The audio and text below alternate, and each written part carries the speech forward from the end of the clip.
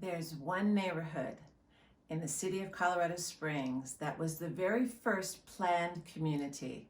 It was built back in the 1950s, and it had the first covenants in the city of Colorado Springs. Bet you don't know which one it is. So stay tuned. In today's video, we're talking about neighborhoods of the West Side.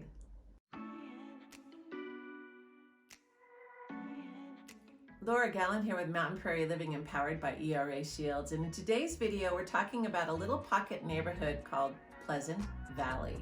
It is really a beautiful little small neighborhood. Now, as I alluded to earlier, it's the first neighborhood that had covenants. It's the first neighborhood to take water and divert it. They took Camp Creek that was running through the neighborhood and they built a cement culvert to protect the homes from flooding. So the covenants back in 1950, when this neighborhood was established, had things like no chicken coops, no chickens, no barns, and each home had to be at least 800 square feet. Now the neighborhood has an average square foot of about 16 to 1700. So they are smaller homes, on average 3 bedrooms, 2 baths, 2-car garage, maybe in some situations only a 1-car garage.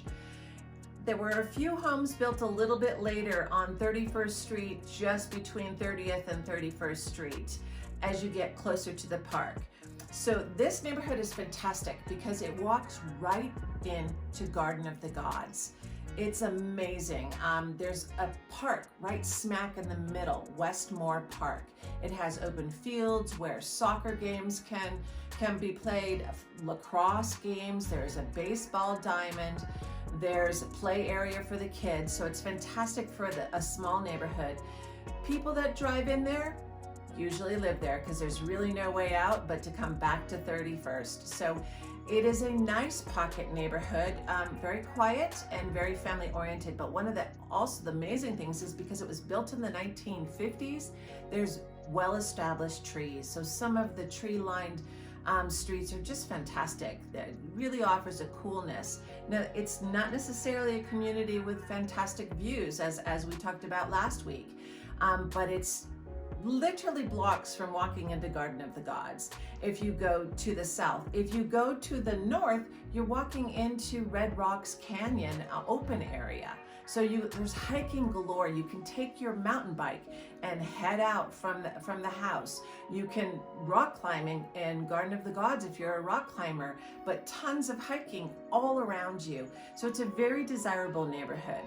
One of the other attributes it has is it has a little swim club, has an outdoor swimming pool and some sand volleyball courts, and you can pay a membership and your family can go there. It is open in the summer.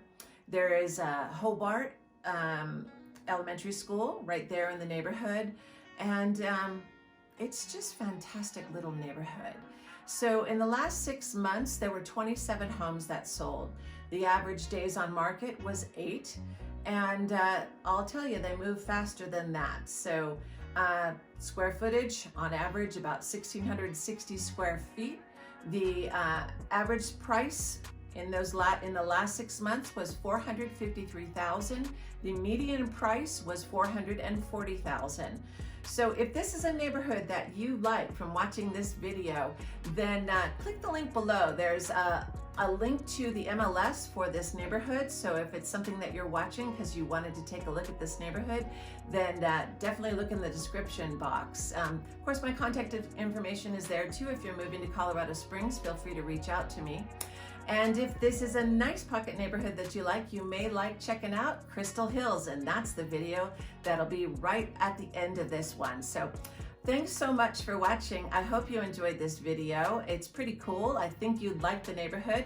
Just continuing our series on neighborhoods on the west side of Colorado Springs. So have a great day.